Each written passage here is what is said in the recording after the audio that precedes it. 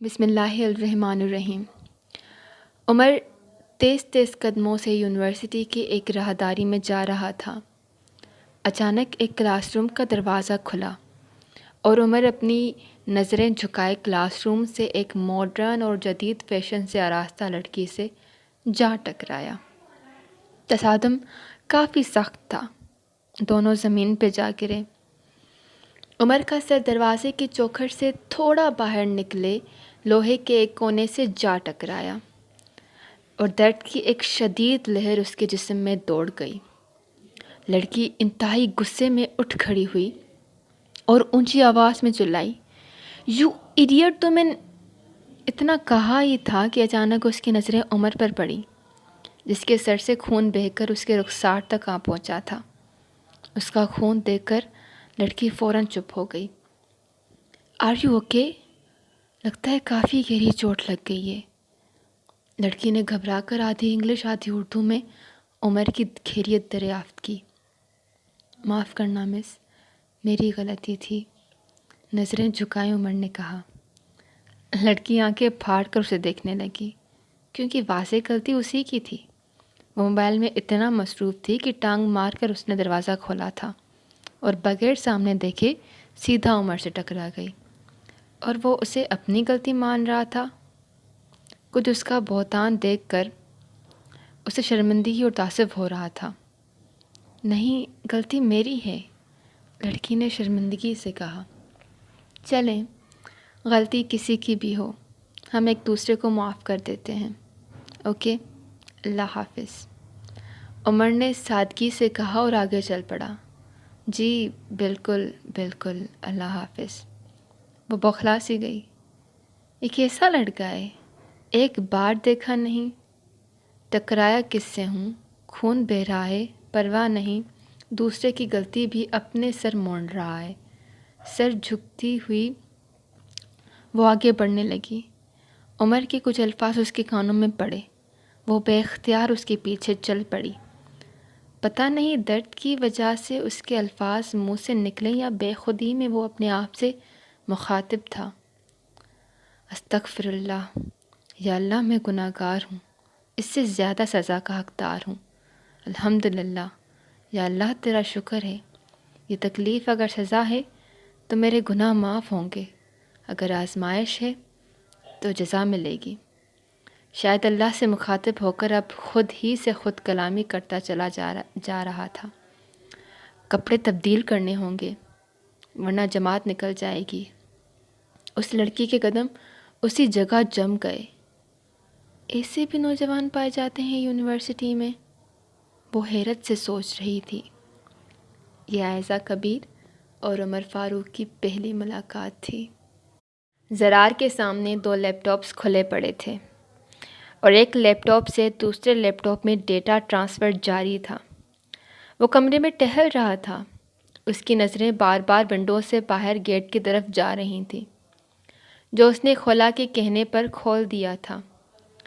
وہ لاہور تھا جب اسے خولا کی کال آئی اور اس نے اسے فوراً اسلام آباد آنے کو کہا۔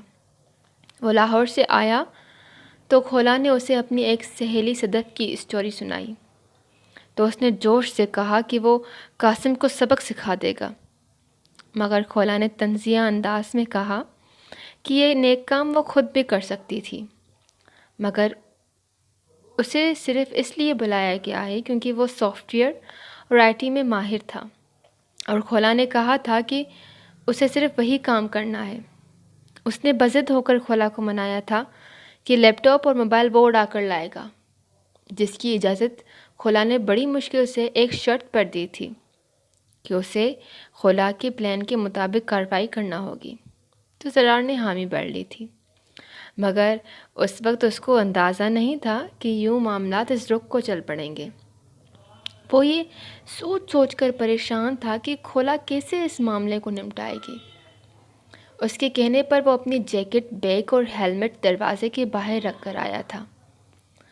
اس نے وقت دیکھا، ابھی بھی اسے 15 منٹ چاہیے تھے اپنا کام نمٹانے میں۔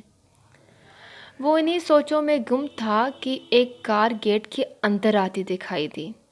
اس کے عضلات سخت ہو گئے۔ زرار کھڑکی کے قریب آیا اور اندر دیکھنے لگا۔ وہ اس اندر داخل ہونے والی کار کو دیکھ رہا تھا۔ کار پورچ میں آ کر رکی اور اس میں سے ایک شخص اترا جسے زرار نہیں جانتا تھا۔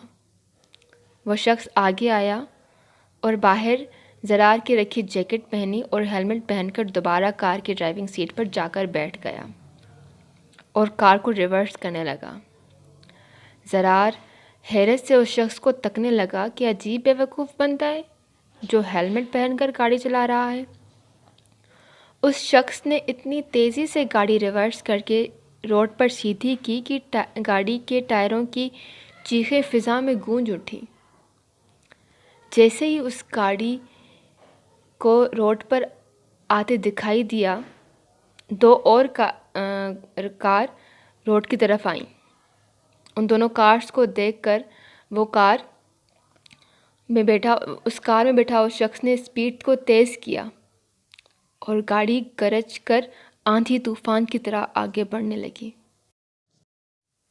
کھولا کی کار مسلسل ان دو کاروں کے پیچھے تھی جس میں قاسم اور اس کے گارڈ سوار تھے۔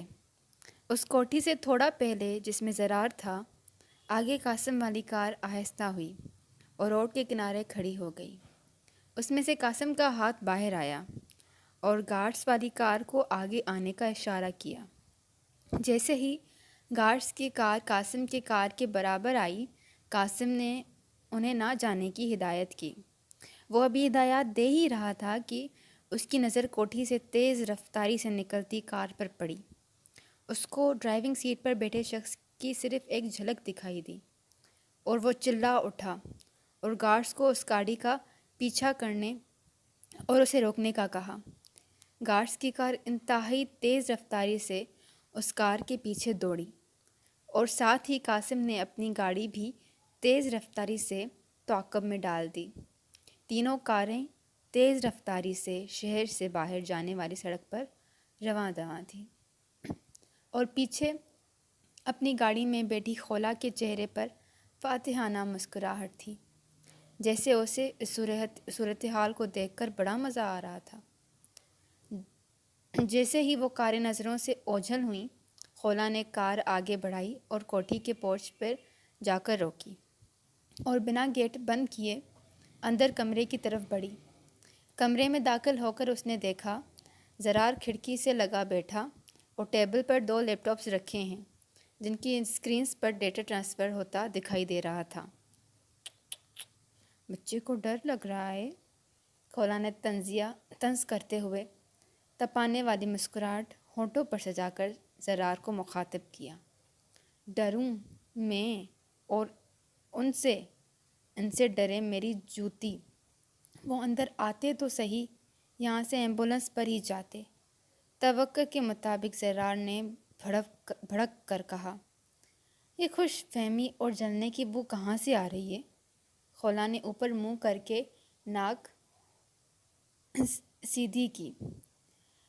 چہرے پر ایسے تاثرات تھے جیسے واقعی وہ فضا میں کوئی بو سونگھ رہی ہے۔ زرار کا دل چاہ رہا تھا کہ وہ آگے بڑھ کر خولا کی ناک ہی مسل ڈالے، مگر مشکل سے اس نے خود پر قابو پایا اور فوراً بات کا رخ تبدیل کرتے ہوئے کہا، یہ ابھی کیا ہوا ہے؟ وہ گاڑی والا کون ہے؟ وہ بیچارہ تو مارا جائے گا فضول میں۔ زرار کے لہجے میں واقعی حیرت تھی۔ میں نہیں بتاؤں گا، ایسی باتیں بتائی نہیں جاتی، نظر لگ جاتی ہے، خولا نے مردانہ لب و لہجے میں نقل اتارتے ہوئے کہا اور ساتھ ہی کہا کر ہنسنے لگی۔ زرار کا دل چاہا کہ وہ اٹھ کر خولا کا سر پھاڑ دے، لیکن اس سے پہلے کہ وہ کچھ کرتا خولا کے سیل فون پر کال آنے لگی۔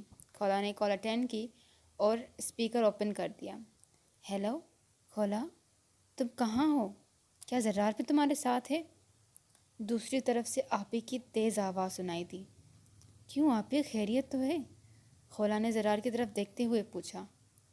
بابا جانی آئے ہوئے ہیں، کب سے تمہارا پوچھ رہے ہیں اور کہہ رہے ہیں کہ زرار بھی غائب ہے لاہور سے۔ آپی نے بم گراتے ہوئے کہا۔ ہم ابھی آ رہے ہیں، خولا نے گھبراتے ہوئے کہا۔ اس کے چہرے پر ہوائیاں اڑنے لگیں۔